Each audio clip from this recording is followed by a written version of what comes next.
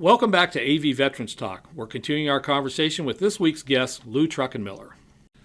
So we're back here with Lou talking Stars and Stripes, United States Army. Your time over, interviewing all the gloss. You're telling me all about all these guys. Did you ever interview the good-looking actress, singer girl, or did they just have the guys? Gosh, let me think of her name. I did have a bad interview that was with Jane Fonda. Oh, when she wasn't very popular. Yes, and that was the only time the Stars and Stripes ever said no. Censored. We're not going to print this. Yeah, Yeah. And but do you remember the actress Jill St. John? Oh, Jill St. John. Oh yeah, absolutely. Yeah, she was. Her and I actually had a great time having cocktails and stuff one night. And, nice. She was fun, and remember, this whole time this is going on. Yeah. I'm this city dirt rat kid from Baltimore. Yeah. And I'm like, this can't be happening to me. I'm sitting in a bar with Jill St. John. Yeah. And talking to her. Yeah.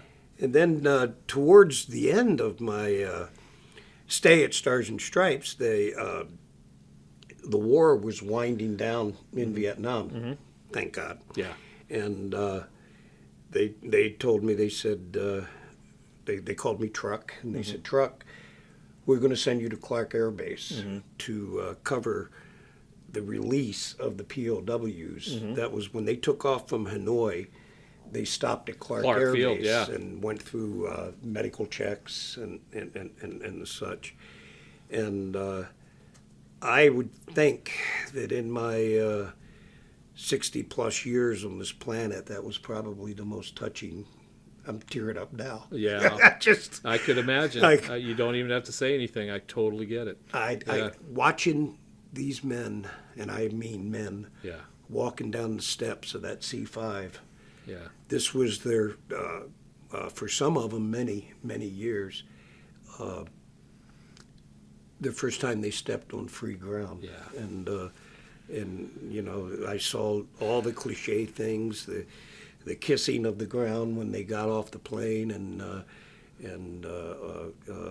the emotions. And then there was a guy that was a Stars and Stripes photographer that happened to be on one of the planes that was coming back, and he was there to take pictures. And he took a picture, and he came over to me. He says, Lou, I got a picture, and you got to write a story. Yeah. And what they did was, on that particular flight was the longest held POW. And I think it was 7 years he was held. He was Green Beret.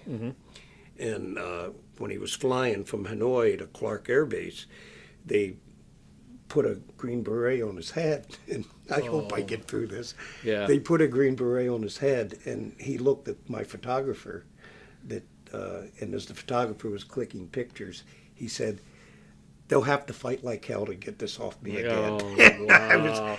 He told me that, and I wrote the story. It was picked up by the Associated Press. Yeah. And ran all over the world, with the headline, they'll have to fight like hell to get this off me again. Wow. Yeah.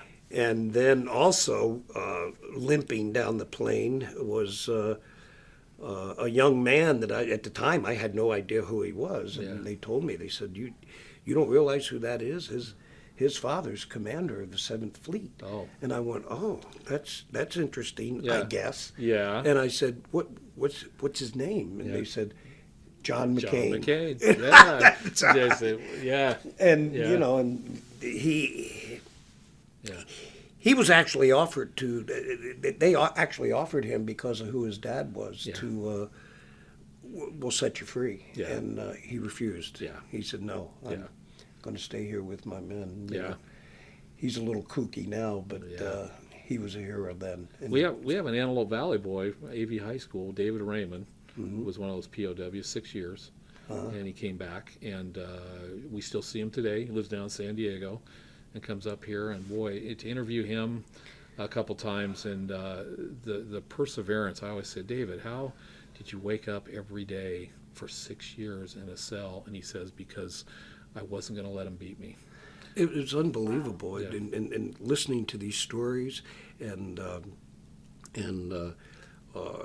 looking at the emotions from these guys. I actually, and I was probably the youngest reporter on that field. Yeah. You know, because I'm up against guys like.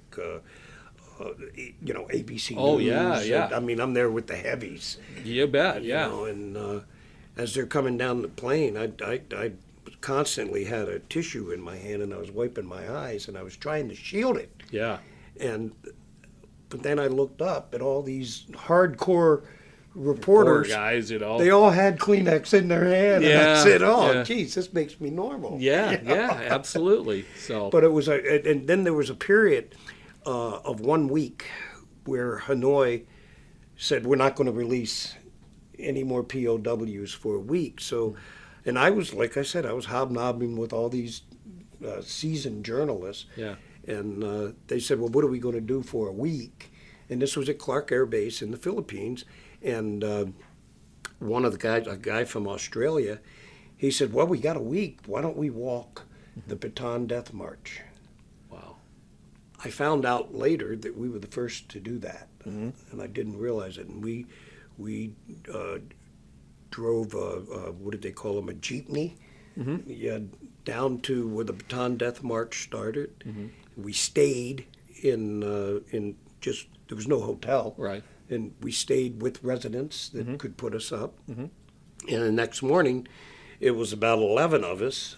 We said, okay, we're going to do this. We're going to walk the Death March exactly the way that the World War II veterans did, yeah. the soldiers. But we did make, it was funny, we made an agreement. Well, it's not funny because I'm Yeah. ashamed of it to Yeah. this day. Well. We made an agreement that no hassle if any of us have to drop out. That's okay. Yeah, we You know, understand, we're not right. going to be ribbing you or anything like that. Right.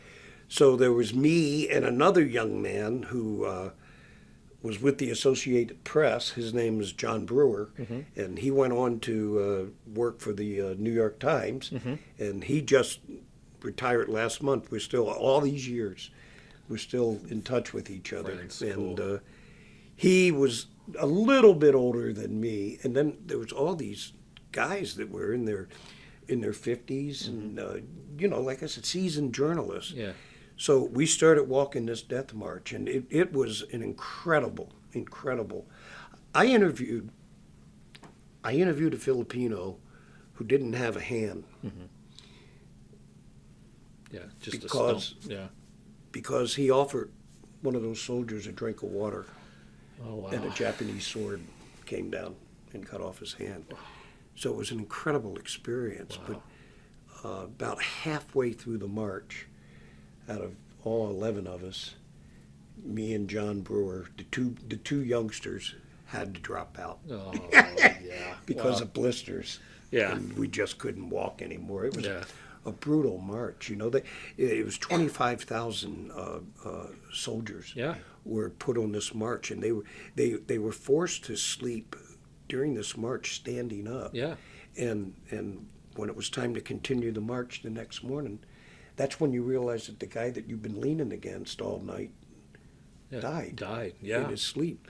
Yeah. You walked away from him and he fell. Fell Can down. It's just incredible. Yeah, you know, and you know, I'm thinking for you, boy, what a focus of your life to be not only the release of the prisoners, but to do this event and understand this. I go, most people would live their whole lives and never interact with history like that. And boy, and you had it in a very small, focused Well, event. I tell you, Bob, it was I felt bad because when they said we're going to walk the Bataan Death March, Yeah, I was 22 years old, yeah, and I said, "What is the Bataan Death March?"